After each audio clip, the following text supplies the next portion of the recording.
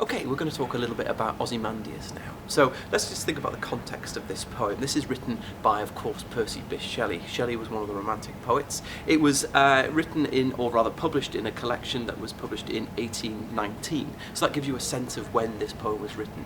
And of course, Shelley was born in 1792. He died in 1822, so his life covers roughly the period of high Romanticism, when Romantic poetry, as we're talking about in the context of this poem, was at its absolute height.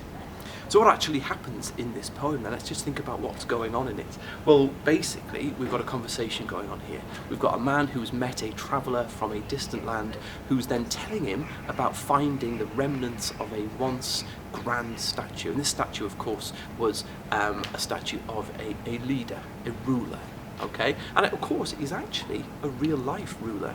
This is a statue of an Egyptian ruler called Ramesses II, who was also known as Ozymandias. And in fact, the statue that this is based on was roughly found around about the time that Shelley was writing this poem, so it really did inspire his poem. A real-life event did inspire the poem. And in fact, if, like me, you like to go and look at these artefacts in real life, then you can go and see it. It does exist. And here's a picture of it there in the British Museum. So if you ever wanted to go and see the statue that this poem is based on, then it is alive and well in the British Museum today, and it's free to get into as well.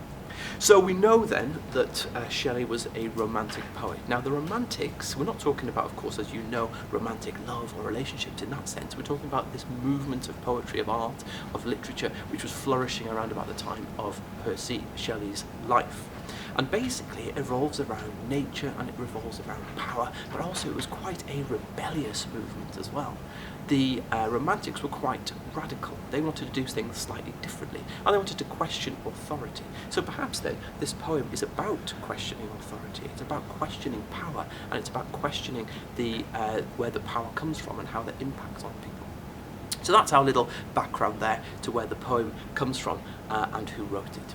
So let's have a little think then now about some of the main themes in this poem. Now, as you know, you've read it many, many times before. One of the key themes going on here is time.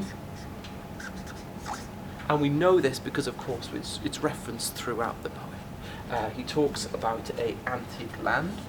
And an antique land has certain connotations, doesn't it? Antique could mean valuable, it could mean precious, but in this sense it means of a previous civilization, a civilization which is now no longer as powerful or as eminent as it once was. We've also got these references as well to sands, and that of course makes us think of the shifting time. Maybe we've got sand in an egg timer. Maybe we use that phrase, the shifting sands of time.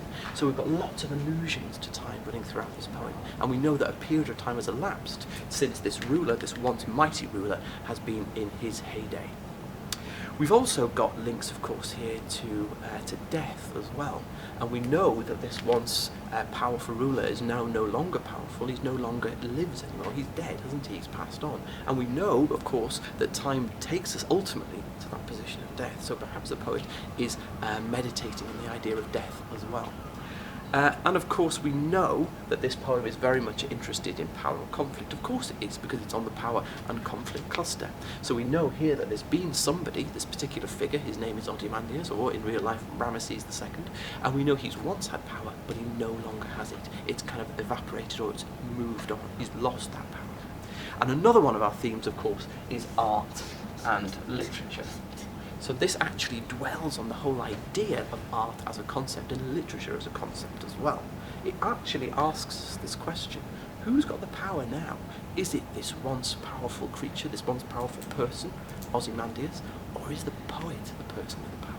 They're now meditating on their life, and they're in a position to be able to think about it and present that life back. Or maybe the person with the power originally was the artist who created this image, who, I think, mocked up that image of this particular person. And that word mock is quite interesting. It's a bit of a pun, isn't it? When we mock up an image of something, we're creating a version of it, but also when we mock something, we're making fun of it as well. So where once we were creating the image of this person, perhaps now we're mocking him because he's lost that particular power. So of course we've got time, we've got art, and we've got power as our key themes within this poem. So what sort of a poem is this? Well, as you will know, this is of course a sonnet. And we know it's a sonnet because it ticks quite a few of the sonnet boxes. It's got 14 lines, And a sonnet must always have 14 lines, or usually have 14 lines. It's also got a set rhyme scheme. Now, there are different types of sonnet. You could have a Shakespeare sonnet, which rhymes in a particular way. You could have a Petrarchan sonnet, which rhymes in a particular way as well. And this starts off a little bit like a Shakespearean sonnet. We've got land and sand, which are rhyming. And then we've got stone and, does that rhyme with frown? Not entirely sure. So we start to question already from the outset whether this is a structured sonnet like the way that Shakespeare used to write them. And as we look in more detail here, we can see, there are still a few more rhymes going on here. We've got bread, and we've got fed. We've also got despair and bear. We've got decay and away. But in the middle, things aren't absolutely structured. They start breaking up, and the rhyme scheme isn't as regular as we would normally expect from a sonnet. So what's Shelley doing here? Well, he's actually replicating this fallen, collapsed monument in his sonnet himself.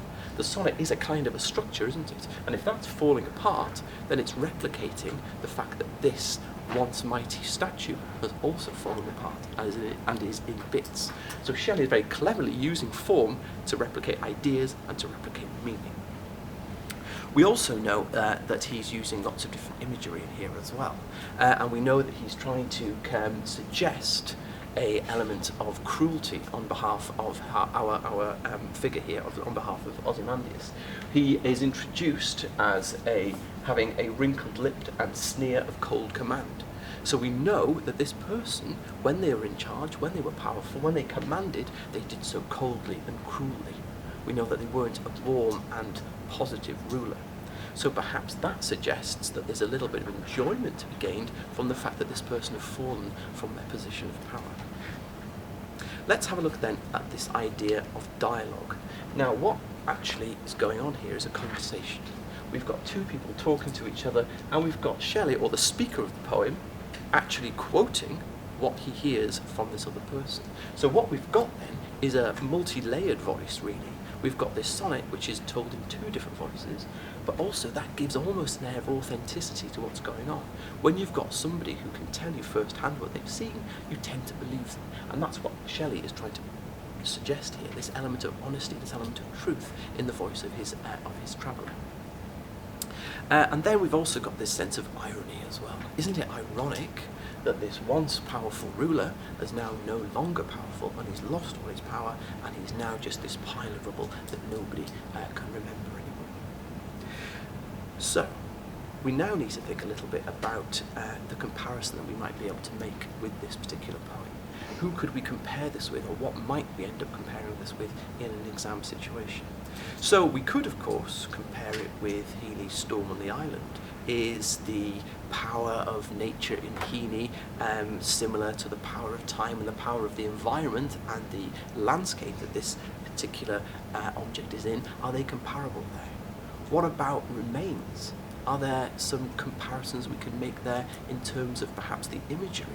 You know, of course, in remains that we've got this image of sun-stunned, sand-smothered land, referring maybe to the fighting going on in various parts of the world in those kind of environments. Perhaps that is very similar to what's going on in this poem's environment as well. And finally, we could potentially compare this with Browning's My Last Duchess as well.